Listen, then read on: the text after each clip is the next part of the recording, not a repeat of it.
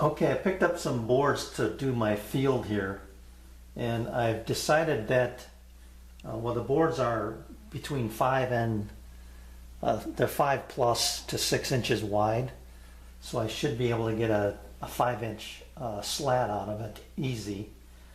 And using that criteria, with this spacing being 31 and a half, and I want a 1/4 inch space between the shelves, or between the slats. I keep calling them shelves, between the slats, but these two are going to be tight, so that means I'm going to have one less space in between the slats. So there'll be, for the number of slats I end up with, which is going to be around 6, I believe, then I'll have 5 spaces, but I want that space to be about 1/4 inch. So after doing some math, it ends up that slats need to be 5.04, whatever, 5.02, or I don't remember the third decimal, but a shade over 5 inches. So I'm going to make them about 5 1/16. A 16th is 0.0625, I believe. Yeah, 0.0625. So that's 60 thousandths over. And then I'll just massage it from there, but that's what I'm going to start with. That little bit of difference I don't think will be a big deal, and that's what I'm going to go with. So I'm gonna get some material prepared here. 18 and a half inches, or actually a little bit longer, so that I can cut a tenon into it. I'm pretty sure that that's what I want to do. If I want to go with a dowel, I can always shorten it. So I'm going to make them probably 19 inches long, 5 1/16 wide, and then I'll make 6 of them, and we'll just see how it lays out here for me. So we'll get that cooking next. Okay, let me tell you where I'm at. I've got 6 pieces that are identical in width and length, and they're squared up and planed thickness, and this time I left the thickness as wide as I could. I didn't want to take it down to 3/4 like I did with these pieces here. I should have learned my lesson, because I knew that if you keep removing wood from the same side, you're gonna take the equality of moisture in that piece of wood, and you're going to favor it to one side, and that's what's going to happen, is that board's going to cup on you or curl like that. So I did minimal amount of removal on both sides. I don't even know what the thickness is here, but I've got these 6 boards. Now I just did a little test to see what my jointer removes with each pass, and it's about 30 thousandths of an inch. I take real thin cuts with my jointer. So these boards are at 5.09 something. So I'm going to take the sawn edge, run it over my jointer, remove it. I should be at about 5.06, which is a little bit strong yet for what I need. You know, I think I need 5. What was that dimension? 5.04. Let me double check that. Hang on. Yeah, 5.04. So if I take 2 passes, that's going to take too much. If I take 1, I'm still a little on the heavy side. That'll leave me some room for hand planing or whatever. So I'm going to make 1 more pass on the sawn edge side here, so I'll have everything all S4S. Then I can worry about what I'm going to do as far as length goes. But we can also come back in here and lay them out and see where we're at. So 1 more trip to the joiner and I'll be back. All right, that turned out really nice. So let's just see what we ended up with here.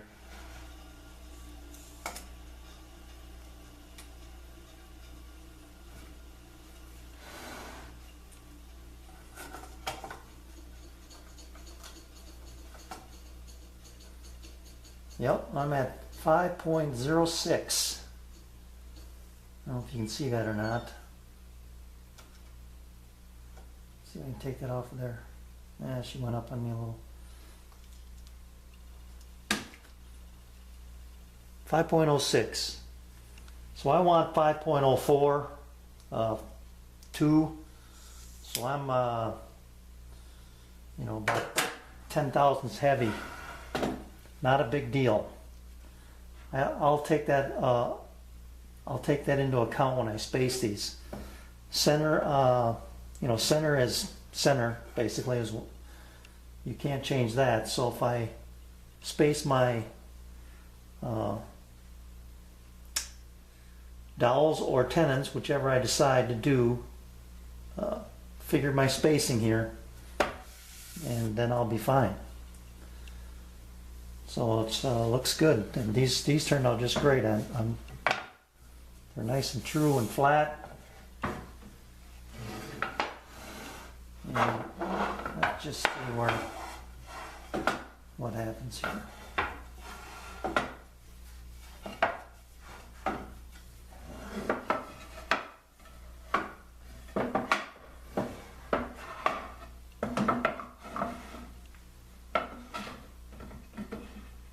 I think that would go. Let me see once.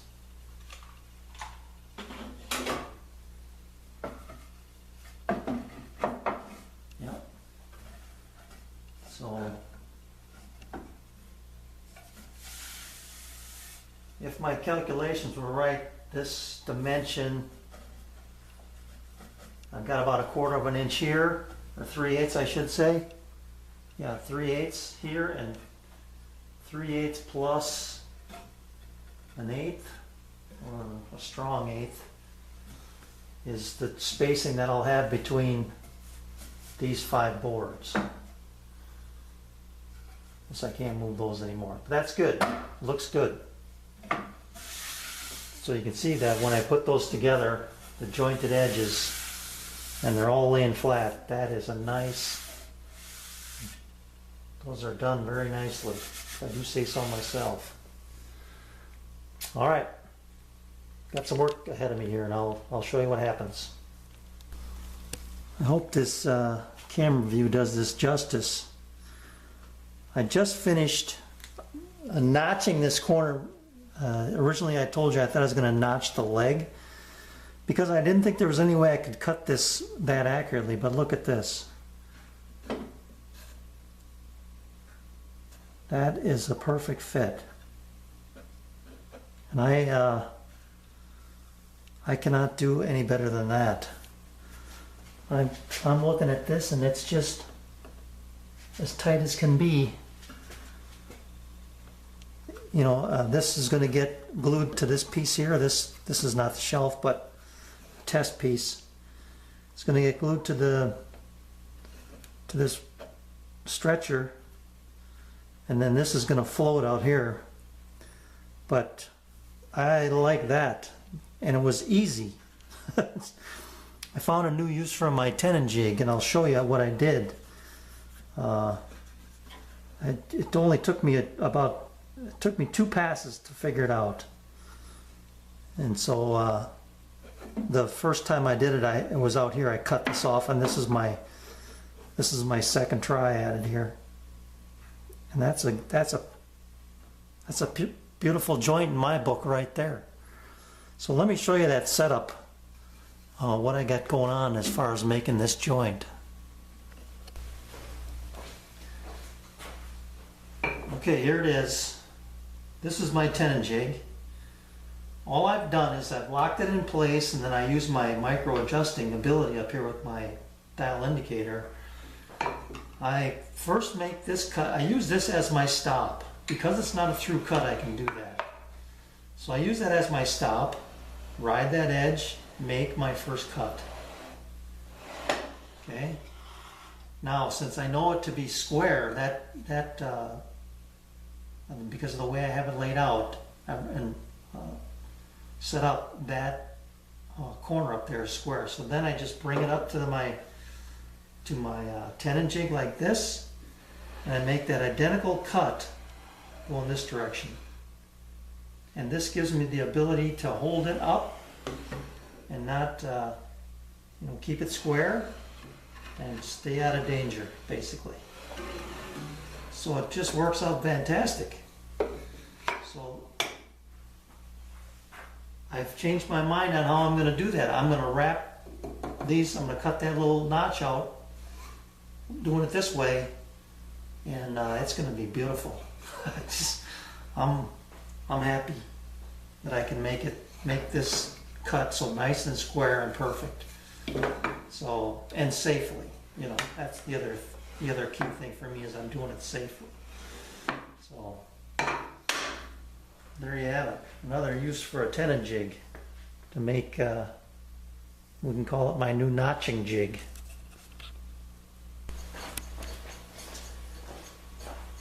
I've got one slat cut to length, and I'm going to now notch the corners, and then we'll see how it fits.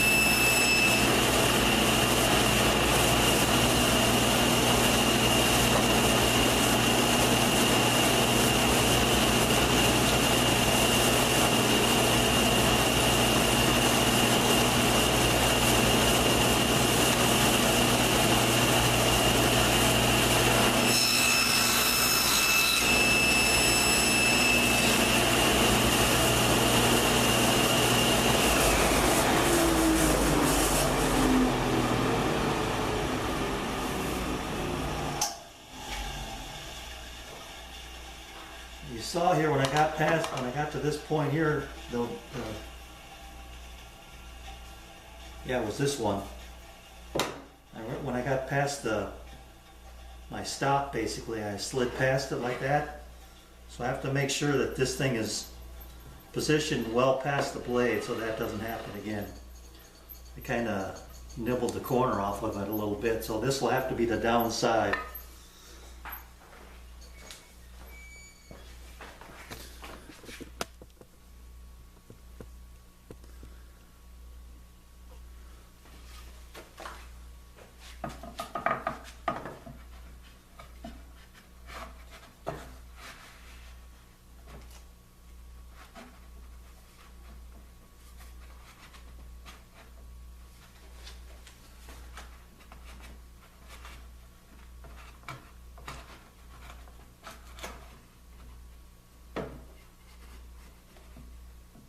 She's just a little snug. This side wants to go, but this side doesn't. So I'm going to have to nibble that back just a fraction. Try it the other way just to see. Yep.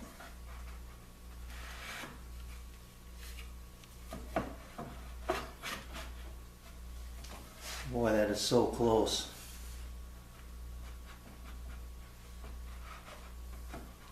And that does go. It's tight.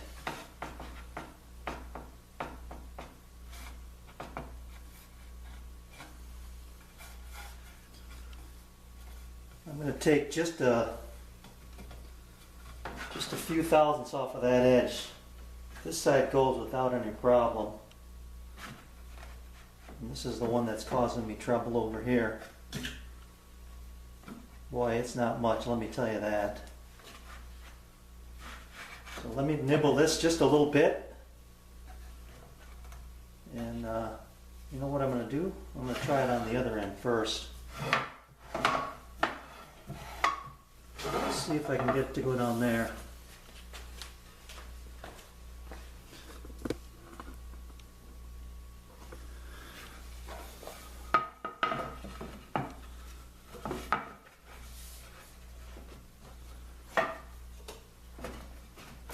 Yep. Okay, we'll use it on this end. That's perfect. Although, we may have to, yeah, we will. Let's see. It goes this way. I may have to deepen the cut. Well, maybe not. No, I can. I'm not going to mess with that. That goes. So that's going to get glued in there. Just like that.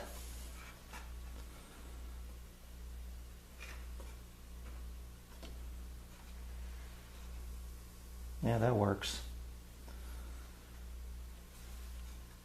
Okay, I'm going to cut one more, and then if I got to do any tweaking on it, I'll do that. But this one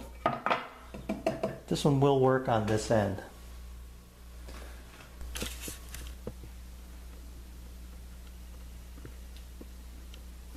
No tweaking necessary on this side.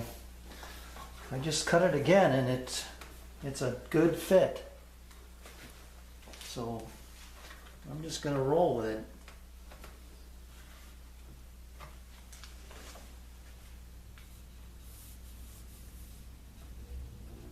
I may get a little peek through right there. Let me flip this once and see what it looks like. I might, I could do this one of two ways, I guess. I could just hit this with the hand plane. Probably one stroke is all on this edge to bring this closer. I can just see a little daylight there. This is nice and tight. But I'll play around with it. All in all, I'm happy with the results. Both of these are going to fit they're going to be nice and snug the way I want them. And these other 4, I just need to cut them to length and then space them in there. The one thing I am going to do that I thought about this over the weekend is a way to handle this. You know, I talked about running dowels in here or Morrison tenon so that they can float and expand and contract. I think what I am going to do is just run a cleat underneath here and build a ledge so that these things will sit on top, and then I can put a dowel in the middle and pin them so they don't move, you know, or so they stay where they're supposed to, and then that'll also allow them to expand and contract. And I think that's one way to handle it for me anyway. This edge is going to get glued, so that doesn't need anything underneath it. You know, I can dowel this a couple of times in here and pull that tight and glue those two together. But it's this long edge right here that I need something to hold these in place. I guess the other way to do it would be just to put the ledge on the bottom of here. And then, no. I think I'm just going to run a ledge along here. It's going to be painted black so that your eyes aren't going to pick up on the fact that there's something underneath there. That opening is going to be so small you won't see that. So that's what I'm going to do. That worked out great. So you can see my spacing is about 1/4 of an inch. I don't know what it is exactly, but I'm just eyeballing it. But I'm relieved to know that my math worked. And the slats are going to be just fine. So what I am going to do here, though, I'm going to take the sharp edge off of these just a little bit. I'm not going to round them over. Just knock that edge off, and then looking down at it right now, even I can't even tell that there's a cleat underneath there. I just have it temporarily fastened underneath there with a couple of spring clamps, and they're just pieces of scrap wood, really. So I've got to cut them to length and get them all the way out here, so they're the same length as these stretchers. So I have full support across this length here. So far so good. That looks terrific. What this allows me to do with this method this way is paint this, right? And then I can just drop these in and glue them. I'll tape off that little area there for that dowel. And in actuality, I probably don't even have to tape it, because when I drill that, or make that hole, why, that'll clean up a fresh spot, and I'll just be gluing it to the inside of the dowel hole on each of these. So I think that this is going to be terrific.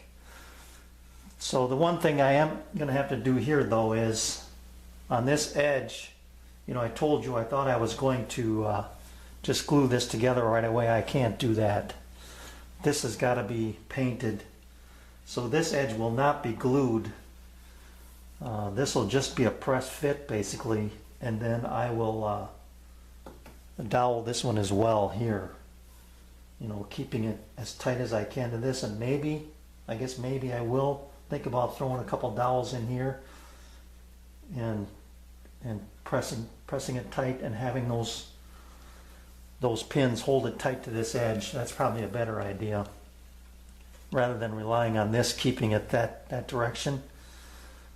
These pins will hold it tight to this edge, and then let this float out here. So center pins, outside pins, but this allows me to finish the field, stain it, and then drop it in, and then paint the rest of this. So I'm happy. It's looking terrific. I guess the next thing I'll do is cut these stretchers to length, locate them, glue them on there, and then get busy on making the top. So I'm getting closer, like I always say, one step at a time, and every time you complete one more step, you're one step closer. So we'll be back when I get going on the top. I think that's pretty straightforward. I'll show you how I do that breadboard edge. That's about the only thing. But I'll rip all those to width, and again, that's going to be a separate piece. So thanks for watching. Things seem to work out for a reason here. This is that extra stretcher I made. It's perfect. Exact length, because it was cut at the same time. All I'm going to do is rip it down the middle, or slightly to one side of the middle, and then run the other one through and get two identical pieces. This edge and this edge have been run across the joiner, so they're nice and square and straight. And even though it's got this little bit of a curve to it, I'll be able to take that out by basically pressing it against this other piece and making them one. So you can see that's a perfect fit. So I'll just rip this in half, and I'm good to go. Beautiful. Just got done ripping these, and it looked like it was binding up a little bit. It was just me. But I love my new fence. This thing is beautiful. I can put it up against here, and I've got just a little bit of peekaboo down here. But I know that these are nice and straight. Beautiful. So I'm just going to run this sawn edge over the joiner, because it will be down. nonetheless, I want to clean it up. And then I'll have my two support pieces here. One thing I just got done doing here was I knocked off about a 1/16. So that when I glue these together and then glue these together, there won't be any interference from this. So I can hold it back from the edge just a fraction, and like that, and know that when I press these together with the clamps, this edge is going to go tight. It's not going to be held up by that. So that's good. Okay.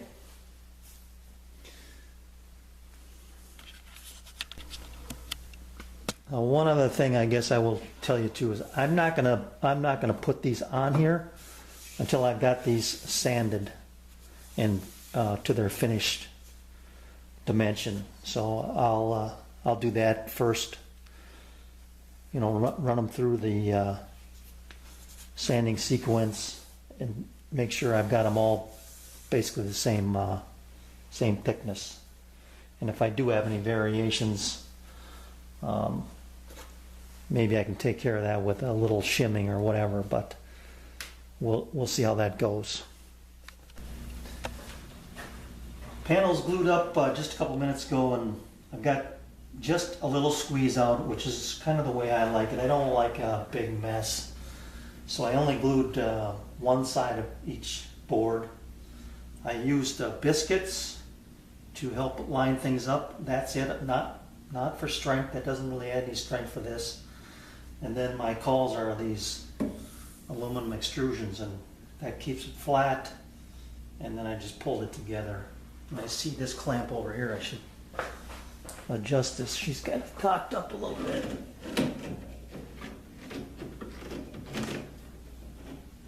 All right. That's better. So I'm going to let this cook for a while,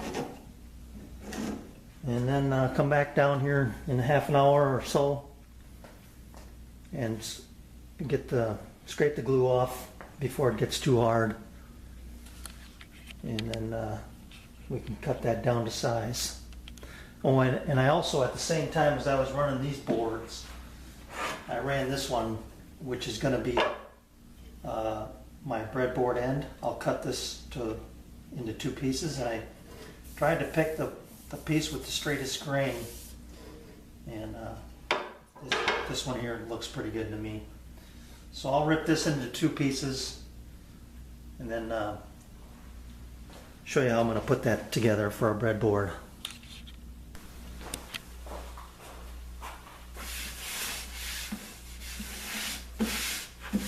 And take the clamps off.